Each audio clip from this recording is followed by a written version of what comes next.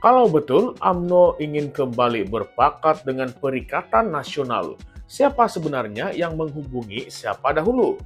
Adakah UMNO sedang dirisik untuk satu lagi langkah belakang? Atau ini hanyalah satu strategi halus PAS untuk pecah dan perintah? Pada video kali ini kita akan coba ulas dan membongkar dakwaan panas dan juga pendedahan yang cukup mengejutkan daripada Datuk Fuad Zarkashi sendiri. Jangan kemana-mana karena ini bukanlah sekadar berita. Ini adalah pendedahan politik yang bakal membuatkan ramai orang panas punggung. Salam sejahtera semua, terima kasih karena masih setia bersama-sama kami di Current Sphere MY. Baiklah, Datuk Dr. Fuad Zarkashi, ahli Majlis Tertinggi UMNO, menafikan sekeras-kerasnya dakwaan bahwa terdapat rundingan sulit antara pemimpin UMNO dan pimpinan Perikatan Nasional untuk membentuk kerajaan baru secara pintu belakang. Beliau menyifatkan dakwaan tersebut sebagai tidak berasas dan satu lagi cubaan perang saraf politik daripada PAS.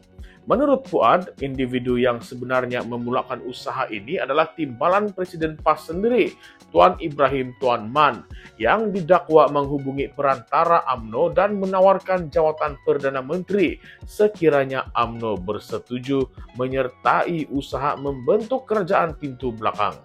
Namun, jelas beliau, cadangan itu langsung tidak pernah dibawa ke peringkat Majlis Tertinggi UMNO untuk dibincangkan. Fuad menyatakan secara tegas bahwa jika perkara itu dibawa ke dalam mesyuarat Majlis Tertinggi sekalipun, beliau akan menjadi orang pertama yang membantah sekeras-kerasnya. Tegasnya lagi, UMNO tidak akan terjebak sekali lagi dalam perangkap lama yang pernah merugikan parti itu. Beliau berkata, Tuan Ibrahim tahu bahwa UMNO tidak akan jatuh ke dalam perangkap yang sama. Semua ini hanyalah cubaan untuk memancing kami. Nah, Tuan Ibrahim sebelum ini ketika berucap dalam Muktamar Pemuda PAS Selangor mendakwa bahwa terdapat pemimpin UMNO yang tidak berpuas hati dengan kedudukan mereka dalam kerajaan kini dan sedang mengadakan pertemuan sulit dengan pimpinan Perikatan Nasional. Malah beliau turut menyamakan UMNO seperti kapal yang sedang karam dan secara terbuka menjemput mereka untuk menyertai Perikatan Nasional. Namun Fuad menyelar kenyataan tersebut dengan menyifatkan tawaran PAS itu sebagai impian kosong semata-mata. Idea untuk UMNO bekerja sama semula dengan PAS, apatah lagi bersatu, hanyalah angan-angan. Tegas beliau lagi. Untuk rekod, untuk pengetahuan kita semua, UMNO, Bersatu, dan juga PAS pernah bekerja sama ketika membentuk kerajaan melalui langkah Sheraton pada Mac 2020 selepas kejatuhan Kerajaan Pakatan Harapan. Namun, kerjasama itu akhirnya membawa kepada perpecahan apabila Bersatu dilihat coba mendominasi dan mengenepikan UMNO, terutama sekali ketika pada era pemerintahan Tan Sri Muhyiddin Yassin sebagai Perdana Menteri. UMNO juga pernah menyuarakan ketidakpuasan hati terhadap pembahagian kerusi dalam PRU15 yang menyebabkan hubungan dengan Bersatu dan PAS semakin renggang pada masa itu. Selain itu, kenyataan Fuad juga seolah-olah memberi isyarat bahwa UMNO kini lebih berhati-hati dalam memilih rakan gabungan politik. Ini penting bagi memastikan parti itu tidak sekali lagi menjadi mangsa permainan kuasa pihak lain, seperti yang pernah berlaku sebelum ini.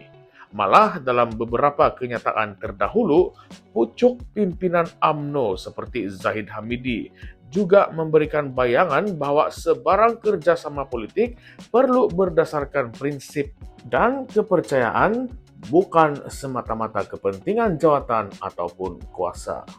Tetapi persoalan besar yang timbul ialah, adakah benar tiada langsung pemimpin UMNO yang berunding dengan PN? Atau adakah Fuad hanya cuba menutup perpecahan dalaman parti? Ini karena kenyataan Tuan Ibrahim macam bukan sekadar cakap-cakap kosong. Beliau menyebut pemimpin UMNO yang tidak berpuas hati. Maka, siapakah yang dimaksudkan itu? Adakah wujud satu kumpulan di dalam UMNO itu sendiri yang mula bosan dengan kerjasama dalam kerajaan perpaduan dan sedang merancang untuk berpaling tada? Kita tidak boleh lupakan bahwa sejarah politik Malaysia memang penuh dengan gerakan-gerakan sulit. Dari langkah Kajang hinggalah ke langkah Sheraton, semuanya bermula dengan pertemuan-pertemuan yang senyap seperti ini. Selain itu, tawaran jawatan Perdana Menteri kepada UMNO sekiranya bergabung dengan Perikatan Nasional jika benar menunjukkan bahwa PAS dan Bersatu sebenarnya sedang berada dalam kedudukan yang sangat terdesak. Mungkinkah mereka sudah menjangka kejatuhan kerajaan perpaduan atau setidak-tidaknya sedang mencari pelampung untuk kembali ke tampuk kuasa? Dan jika benar UMNO menolak pelawaan ini secara total, apakah UMNO kini sudah selesa menjadi junior partner kepada Pakatan Harapan, terutamanya DAP, yang satu ketika dahulu menjadi musuh politik utama mereka? Lebih menarik lagi, kenyataan Puad yang mengatakan kerjasama dengan PAS dan Bersatu hanya angan-angan, turut membawa isyarat jelas kepada pengundi konservatif. UMNO tidak akan kembali kepada politik Melayu Islam yang ekstrim dan eksklusif seperti dahulu. Tetapi tidakkah ini boleh menimbulkan kemarahan akar umbi yang masih tidak dapat menerima DAP sebagai sekutu? Apa yang kita lihat hari ini mungkin hanyalah permukaan. Politik Malaysia sentiasa penuh dengan kejutan. Apakah benar UMNO akan kekal dalam kerajaan perpaduan sehinggalah PRU ke-16? Atau akan ada satu lagi langkah drastik yang akan menggegarkan Putrajaya? Jadi, siapa sebenarnya yang sedang bermain wayang di belakang tabir? Adakah ini taktik lama yang dibungkus semula dengan janji-janji baru? Dan yang paling penting, mampukah UMNO bertahan dengan kerjasama yang penuh risiko ini atau akan terperangkap sekali lagi dalam permainan politik yang licik? Nah, jadi kawan-kawan, kongsikan pendapat Anda di ruangan komen di bawah. Siapa yang Anda percaya? Puad Zarkashi ataupun Tuan Ibrahim Tuan Man?